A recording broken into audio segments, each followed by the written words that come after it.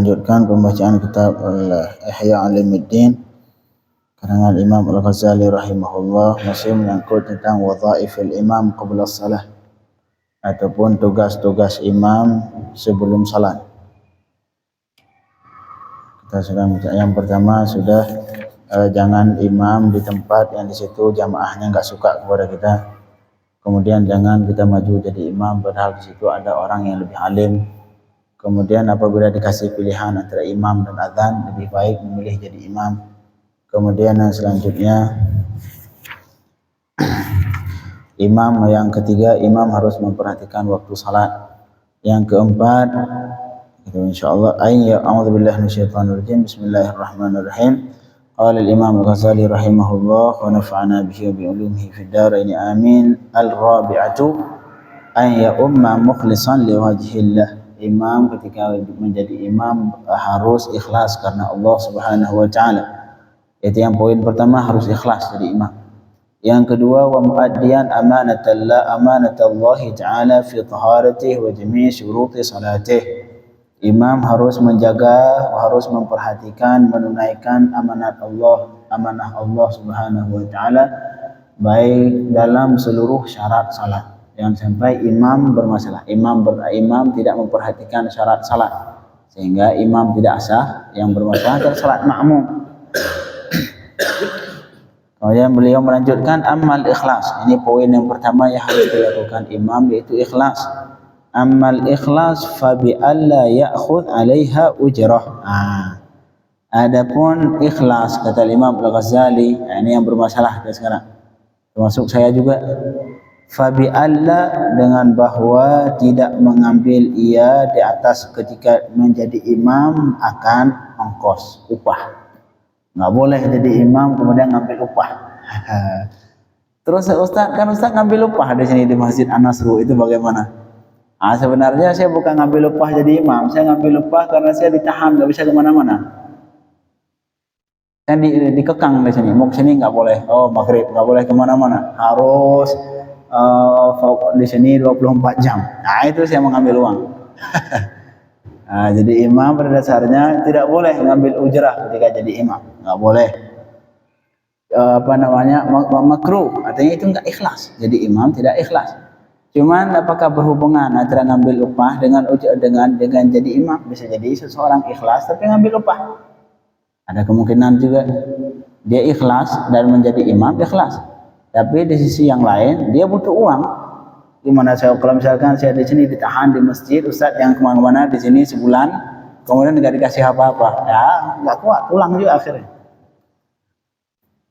Itu penyebabnya. Ya kalau sekedar jadi imam doang, artinya kita nggak boleh kemana-mana kalau jadi imam. Kalau misalkan ke sini jadi imam, besok diganti ya siapa saja yang datang, jangan, berusaha jangan ngambil ujrah ketika jadi imam. Ini sebenarnya kritikan buat saya pribadi ini. Imam fa bi alla ya'khudh, imam jangan ngambil untuk jadi imam ngambil upah, enggak boleh. Marhaba. Mungkin bukan upah, tapi ada SPK. Surat perjanjian kerja, kontrak. Artinya apa makna kontrak? Kontrak upah. Cuman ganti bahasa dengan nyari bahasa yang lebih lembut, kontrak. Ntar ganti bahasa jadi upah, ganti honor. Ujung-ujungnya sama. Mau namanya honor, mau namanya uang, mau namanya tanda terima kasih, ujung-ujungnya apa? Upah. Ujung-ujungnya fulus. Ada lagi. Yang pada hakikat dasarnya fa bi alla ya'khudh, imam jangan ngambil upah terhadap ketika dengan sebab imamnya. Kemudian faqad amara Rasulullah sallallahu alaihi wasallam Uthman ibn Abil As. Rasul sallallahu alaihi wasallam seperti disebutkan dalam hadis al-Imam, diriwayatkan oleh Imam Abu Dawud, Imam At-Tirmidzi, Imam Nasa'i, ashabus sunan, Sunan Ibn Daud, Sunan At-Tirmidzi, Sunan Nasa'i. Kata Rasul sallallahu alaihi wasallam, Rasul memerintahkan Sayyidina Uthman bin Abil As Al-Thaqafi. Qala, Rasul berkata, wattakhidh muazzinan la ya'khudh 'ala al-adhan ajra. Kata beliau, silahkan kalian cari muadzin. Tapi imam sama aja kayak muadzin. Apa beda imam sama muadzin? Sama ibadat. Dan jadikanlah, angkatlah seorang muadzin. Muadzin yang mana yang diangkat ya Rasul? Jadikan seorang itu sebagai tukang azan, tapi la ya'khudh 'alal azani ajra. Orang yang tidak mengambil upah dari azannya. Jadikan dia muadzin. Seperti halnya Sayyidina Bilal. Sayyidina Bilal radhiyallahu anhu, beliau jadi azan jadi muadzin Rasulullah, tidak pernah ngambil upah. Radhiyallahu anhum ajma'in. Cuma zaman sekarang ada tidak muadzin yang enggak ngambil upah? Sekarang semua jadi upah. Khutbah Jumat jadi upah. Walaupun enggak nama diganti. Nah, sekarang jadi honor. Jadi ini, jadi itu. Ya ujung-ujung fulus. Cuman boleh atau tidak Ustaz? Silahkan. Dan kita yang berpihak masjid juga jangan terlalu keras pula, enggak ngasih sama sekali. Orang dari Bekasi ke sini khutbah, kemudian pulang-pulang jazakumullah khair. Enggak juga, enggak seperti itu. Artinya sama-sama menghargai yang pihak berkhutbah juga. Jangan minta ini mana jatah saya harus 1 juta sekali khutbah. Itu juga enggak boleh.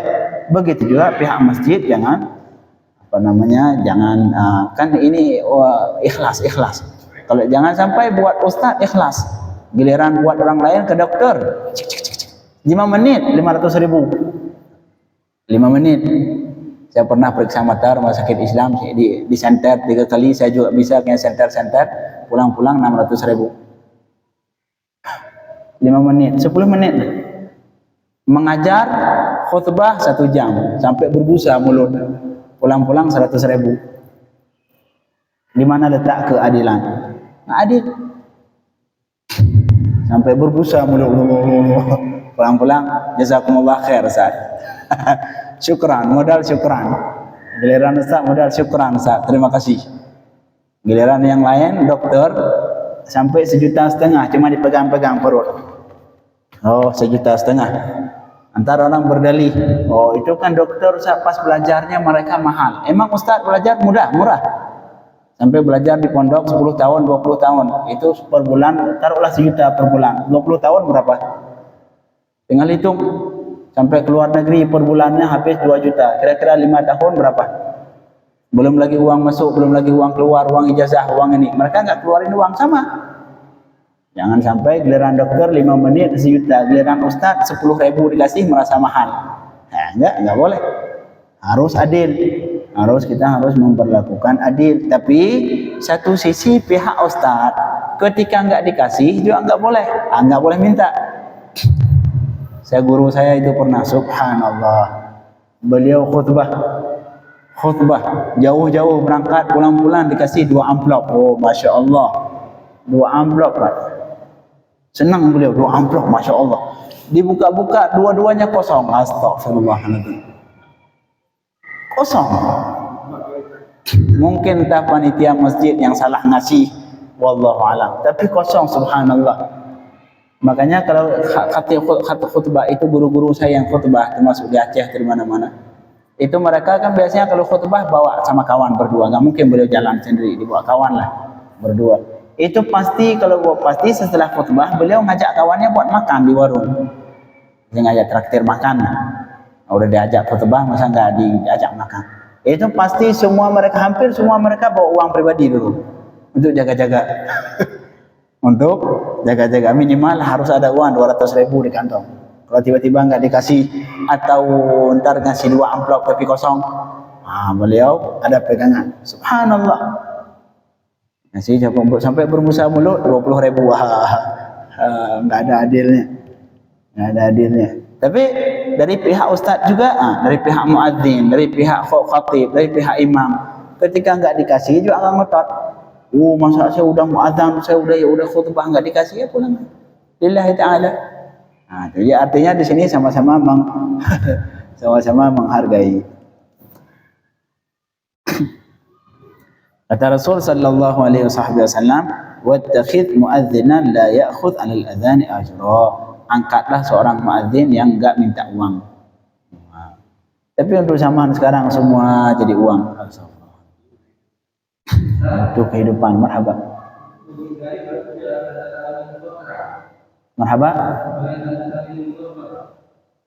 Nggak dengar Pak Haji? Kontrak biasanya. Karena imam di tempat kita jadi kontrak per tahun berapa? Itu bagaimana? Ya, itu kalau misalkan terjadi kontrak, itu maksud itu benar pertanyaan. Yang maksud pertanyaan sesuai dengan dikasih tahu Pak ini.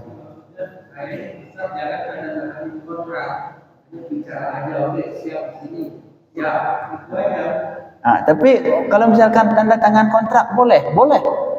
Tujuannya apa? Dan pihak masjid, ini pihak masjid, Ustaz boleh nggak ada sama Ustaz jadi imam atau Ustaz yang jadi muadzin, nggak perlu kontrak, gitu-gitu aja. Oh jangan, harus kontrak, harus tertulis. Biar diikat itu imam. Biar jelas. Ya biar jelas. Jangan ntar imam hari ini di sini, besok keluyuran. Makmum tiba-tiba ini imam pada kemana? Nggak boleh seperti itu. Dari pihak masjid harus benar-benar harus kuat kontraknya. Kalau melanggar berat, harus benar-benar tertulis. Itu tujuannya bukan untuk menghindari ikhlas. Enggak, ikhlas di hati, ikhlas bukan di kertas. Ikhlas di hati. Bukan berarti ketika imam misalkan kontrak ataupun muadzin pakai surat kontrak, bukan berarti beliau enggak ikhlas. Itu beliau, kalau saya pribadi, kenapa saya ambil uang? Karena saya diikat. Saya nggak bisa kemana-mana, di sini terus 20-30 hari. Kalau keluar harus izin. Kalau keluar, Pak mohon maaf saya hari ini izin seminggu mau ke sana, harus izin. Oh kalau udah seperti itu kita diikat, jadi saya mengambil uang karena saya diikat. Coba kalau misalkan saya dibebaskan, mau imam mau enggak, kalau tiba-tiba saya datang menjadi imam, kalau enggak ada saya keluar, nah, mungkin saya ambil uang. Jadi dari pihak masjid wajib harus benar-benar kontraknya kuat. Tujuan kenapa? Karena kita ini sebagai amanah dari jamaah. Amanah dari jamaah kita mengeluarkan uang masjid. Uang masjid itu harus benar-benar dikeluarkan di tempat yang seharusnya. Kalau jadi imam harus benar-benar jadi imam, jangan keluyuran imam. Maghrib ada, isya enggak ada, isya ada, subuh enggak ada. Nah itu enggak boleh jadi imam. Dan jadi imam kalau sudah kontrak tidak boleh kemana-mana kecuali harus ada izin. Ini amanah. Haram ngambil uang kalau misalkan keluar tiba-tiba keluyuran tanpa izin, keluyuran gaji misalkan 1 juta 2 juta per bulan, antar kurangin jatah ini, jatah sehari nggak hadir, kurangin 10.000. Harus seperti itu seharusnya. Nggak boleh, walaupun imam, walaupun ustadz, walaupun bagaimanapun, haram makan uang yang di situ dia nggak kerja. Misalkan jatahnya 3 juta per bulan jadi imam, ada sehari nggak kerja tanpa izin, nggak jadi imam sehari tanpa izin, nggak ada alasan, tiba-tiba keluyuran kemana, itu kurangin ntar dari 3 juta kurangin 100.000. Nggak boleh makan ya 100.000, wajib kembalikan ke kotak amal masjid. Nggak boleh makan, nggak kerja, haram. Tetap dalam agama dalam hal ini. Dalam hal ini sampai sebagian ulama beliau lagi makan sebetak roti. Beliau kerja sama orang, kerja mungkin sedikit. Beliau sebagai karyawan, kerja di kebun orang. Beliau bawa bekal 1 roti. Kemudian ada orang membutuhkan. Beliau lagi makan roti, tiba-tiba ada pengemis minta roti. Ataupun orang lagi membutuhkan makan, artinya minta sedekah ke beliau. Akhirnya beliau ngasih enggak? Enggak ngasih, Pak. Enggak mau ngasih beliau. Oh, pelit, bukan pelit. Saya nggak mau ngasih ke dia, takutnya saya kalau nggak ini cukup buat saya punya, biar saya punya kekuatan sampai kerja sampai sore. Karena jatah saya di sini kerja jamnya dari jam 7 sampai jam 5 sore misalkan. Makannya jam 10 pagi. Ini kalau saya makan ini 1 roti cukup buat sampai sore, saya kuat kerja. Kalau saya kasih roti buat dia, saya nggak kuat kerja, haram. Oh, nah, pemikiran ulama dulu. Ini yang benar-benar menjaga amanah. Ini orang seperti ini ada nggak zaman sekarang? Jarang. Apalagi PNS. PNS harusnya masuk jam 7, jam 9 masuk, itu pun tanda tangan doang. Habis itu keluar, keluyuran, ngopi, pulang-pulang, tanda tangan lagi, selesai. Di akhir bulan ngambil gaji, haram. Haram ngambil gaji, dijatah, dia di situ nggak kerja. Hati-hati dalam hal. Makanya sekali lagi ke pihak masjid, Pak. Ini kan berhubung panitia pengurus masjid, pihak masjid wajib bikin kontrak. Nggak boleh seperti tadi silahkan Ustaz, nggak boleh, harus tertulis. harus benar-benar jelas. Ini tugas Ustaz. Yang pertama, poin pertama ini, poin kedua ini, poin ketiga ini, kecuali darurat, misalkan sekali-sekali ustaz pengen keluar atau ada darurat yang membutuhkan beliau izin, ya silahkan izin. Jadi hal ini harus sama-sama amanah. Jadi pengurus masjid harus amanah, dari pihak imam juga harus amanah. Jadi ada bab ikhlas, ada bab amanah. Bukan berarti ketika tanda tangan kontrak kerja nggak ikhlas, tidak. Justru itu menjadi penyebab sehingga beliau fokus, nggak keluyuran kemana-mana. Ya dua-dua dibutuhkan, harus pakai kontrak. Kemana tadi?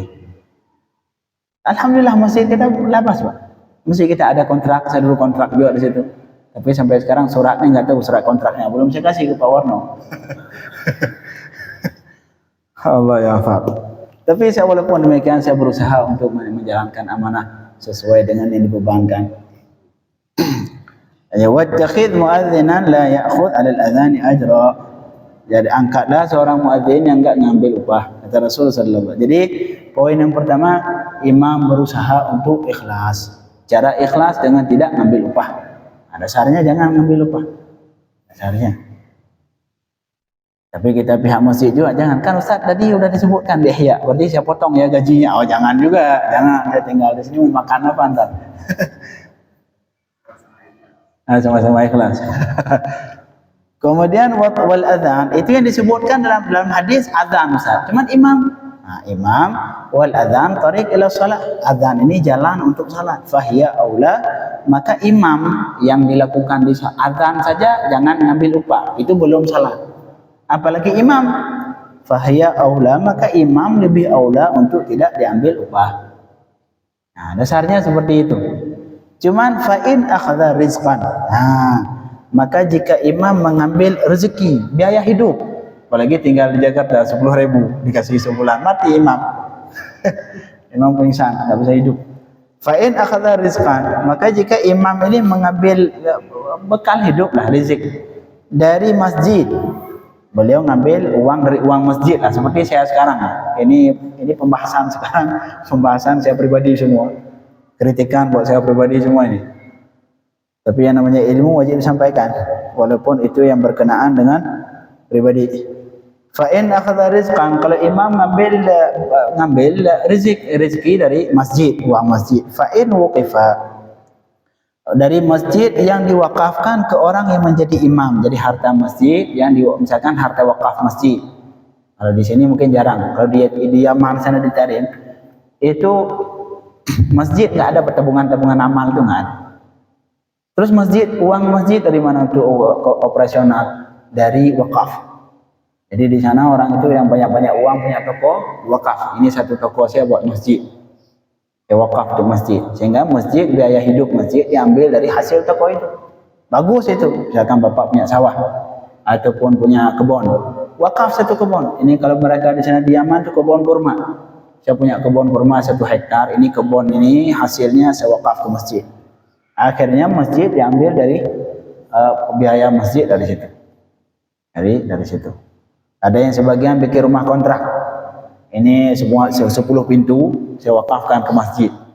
Udah cukup 10 pintu, misalkan per bulan 10 pintu, satu per bulannya misalkan satu pintu 1 juta, per bulan 10 juta, lumayan. Satu orang 10 juta, 5 orang yang kontrak, 5 orang yang wakaf 10 pintu, udah cukup masjid, nggak perlu kotak-kotak amal.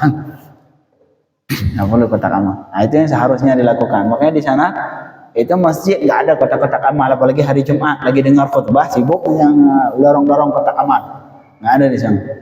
Semua biaya masjid, biaya operasional diambil dari wakaf masjid, termasuk biaya untuk imam, biaya untuk muadzin, biaya untuk yang bersih-bersih, itu semua diambil dari wakaf masjid. Bagus. Misalkan bapak punya harta lebih, silakan wakaf. Punya toko nggak jelas, wakaf ke masjid. Atau punya rumah kontrak 10 yang nggak dibutuhkan, ya wakaf ke masjid sebagian.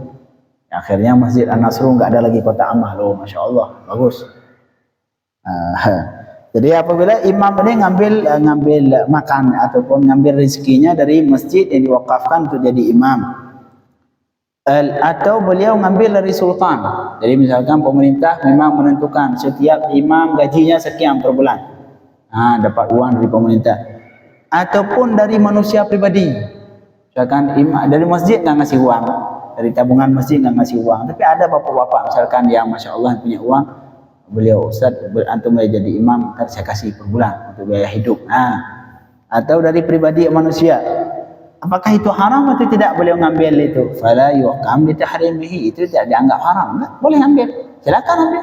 Memang misalkan harta wakaf yang disediakan, yang disediakan untuk imam masjid, ambil. Jadi bukan berarti ngambil uang, bukan berarti tidak ikhlas. Ikhlas hal yang menyangkut di hati, ambil uang, ambil, karena itu memang ada manusia yang nggak butuh uang, ya, kecuali imam malaikat nggak butuh uang. Nggak, imam butuh makan juga, imam butuh makan, butuh minum, artinya butuh bekal.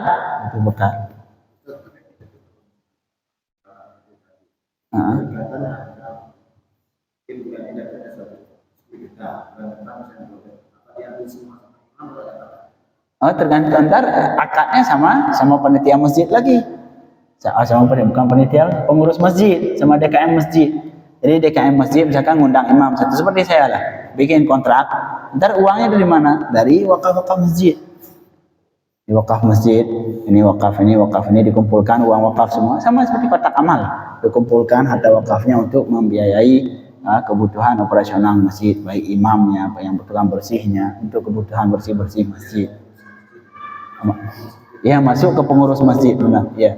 Jadi yang mengelola harta wakaf siapa nanti? Yang mengelola harta wakaf adalah pengurus masjid. Jadi tidak haram kalau misalkan beliau ngambil baik dari pemerintah ataupun dari wakaf masjid ataupun dari pribadi orang di situ. Apakah haram? Tidak haram. Tetapi walakinahu makruh.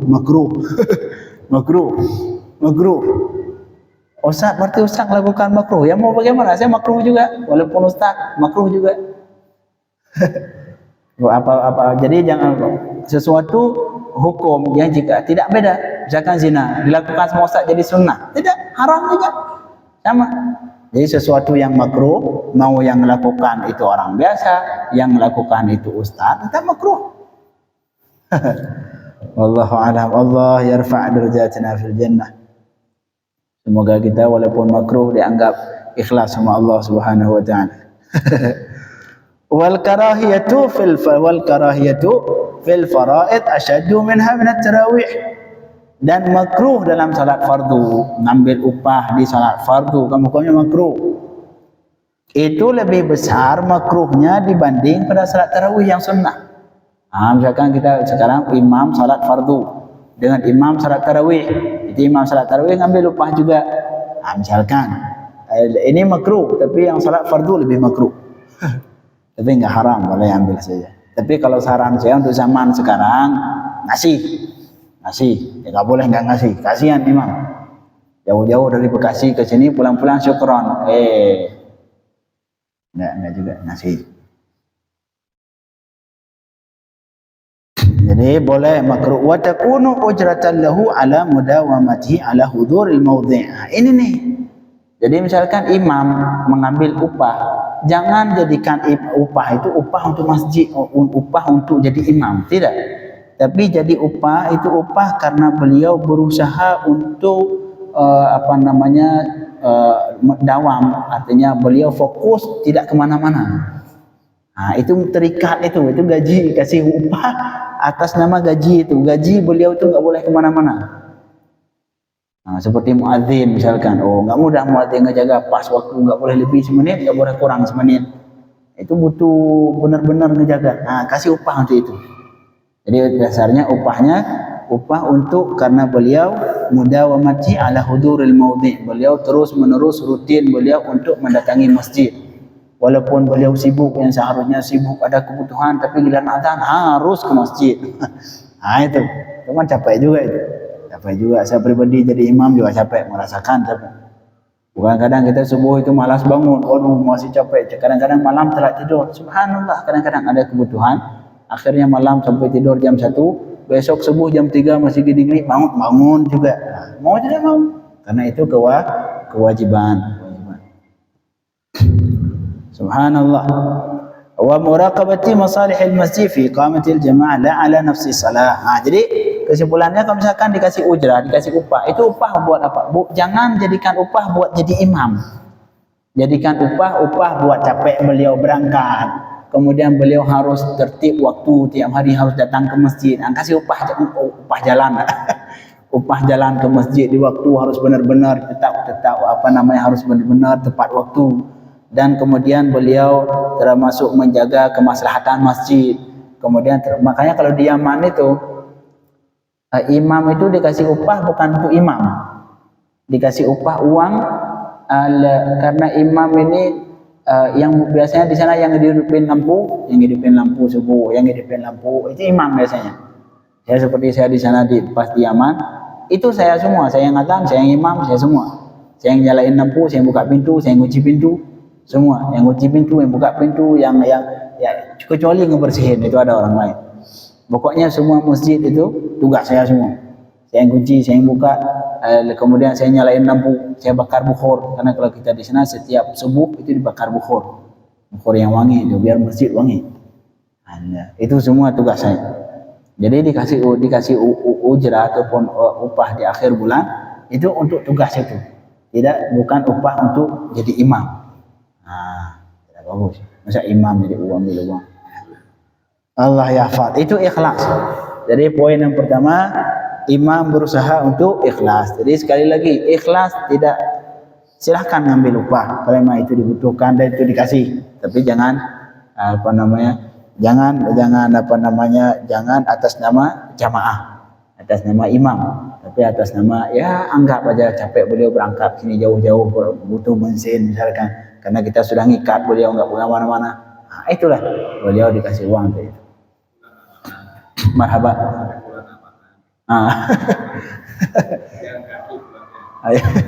Aduh. Tapi sebagian memang benar-benar, sebagian ada orang subhanallah nggak adil sama sekali beneran. Kalau di sekolah anaknya sampai di sekolah bayar per bulan 1,5 juta, giliran kasih ke sini 100.000. Enggak, harus sama, minimal adil. Subhanallah. Ganti transport. Ya ganti nama aja Pak. Ujung-ujung sama. Ujung-ujung fulus. Tapi tidak apa, ambil aja. Orang lain minta ngambil semua, mau bagaimana? Dokter jangan sentuh-sentuh, sekali sentuh 200.000, 500.000, 600.000, 5 menit, giliran Ustaz nggak boleh ngambil. Ya, nggak boleh. Di zaman Abbasiyah, muadzin itu per tahun entah 1,5 miliar, entah 2 juta setahun gaji per tahun muadzin. Pak Hashim misalkan dulu di sini kaya beliau, per tahunnya sampai 1.000 dinar kalau nggak salah, miliaran gajinya per tahun lebih mereka gaji. Allah yahfaz.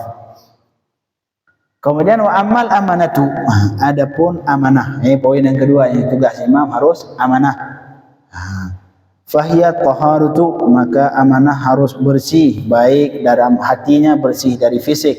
Wal kabair, dan imam berusaha menjauhi dosa besar, dan imam berusaha menjauhi dari berkekalan dosa kecil. Misalkan imam tapi pakai celana pendek terus, jangan.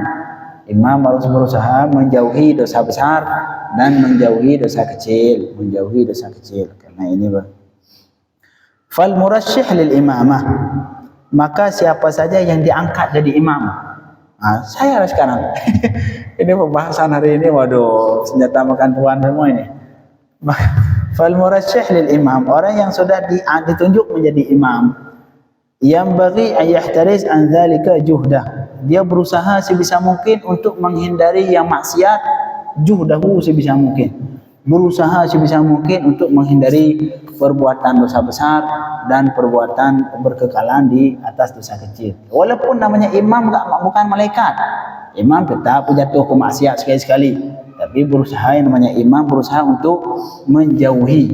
Tapi yang namanya manusia dhaif, kita bukan malaikat, kita bukan para nabi. Siapapun, walau imam sekalipun, sekali misalkan jatuh ke maksiat, berusaha untuk taubat dan jangan berkekalan.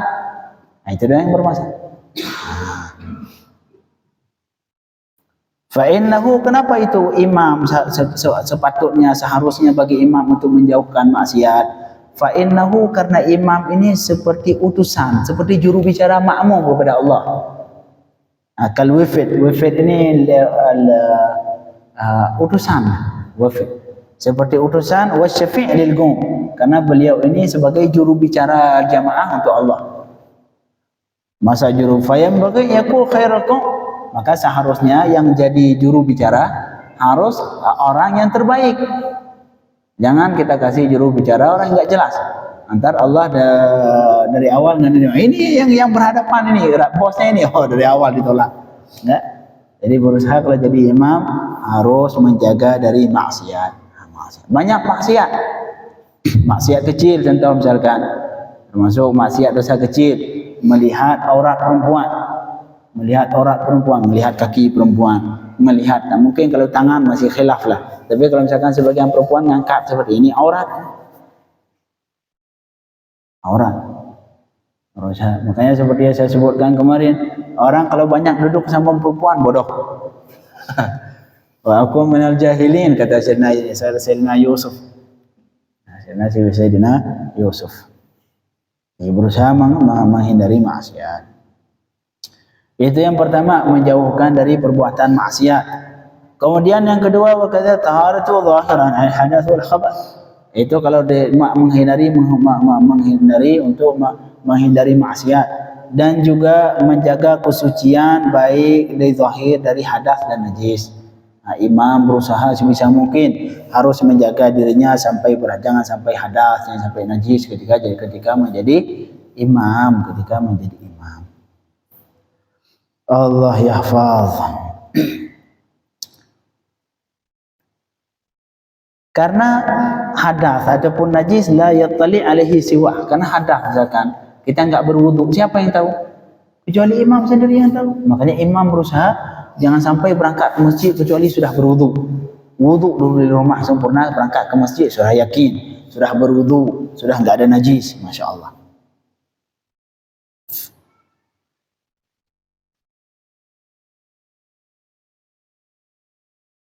Sallallahu alaihi wasallam. Ini yang makanya berkata Sayyidina Sufyan Ats-Tsauri, beliau tabi'in ini. Kata beliau, salli khalfa kulli birrin wa fajir. Kalian salat, silahkan kalian salat di belakang orang yang baik ataupun orang yang jahat juga sekali. Misalkan karena manusia, enggak ada manusia yang terbebas maksiat sama sekali. Kullu bani Adam khata', setiap manusia itu pasti melakukan kesalahan, bukan malaikat.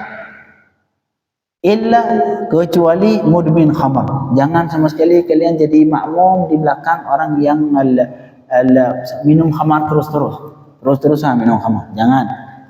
Begitu juga mu'lin bil fisik, orang yang melakukan maksiat secara terang-terangan.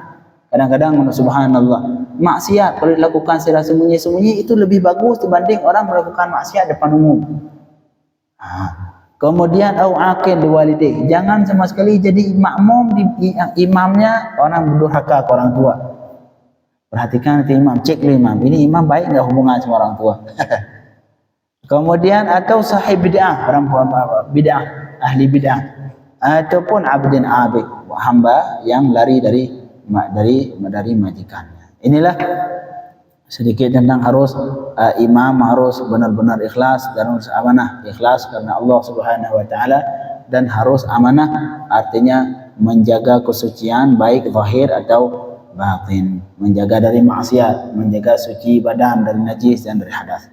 Insyaallah ke depan kita lanjutkan pembahasan ini, adab juga yang yaitu imam tidak boleh takbir kecuali safnya sudah lurus.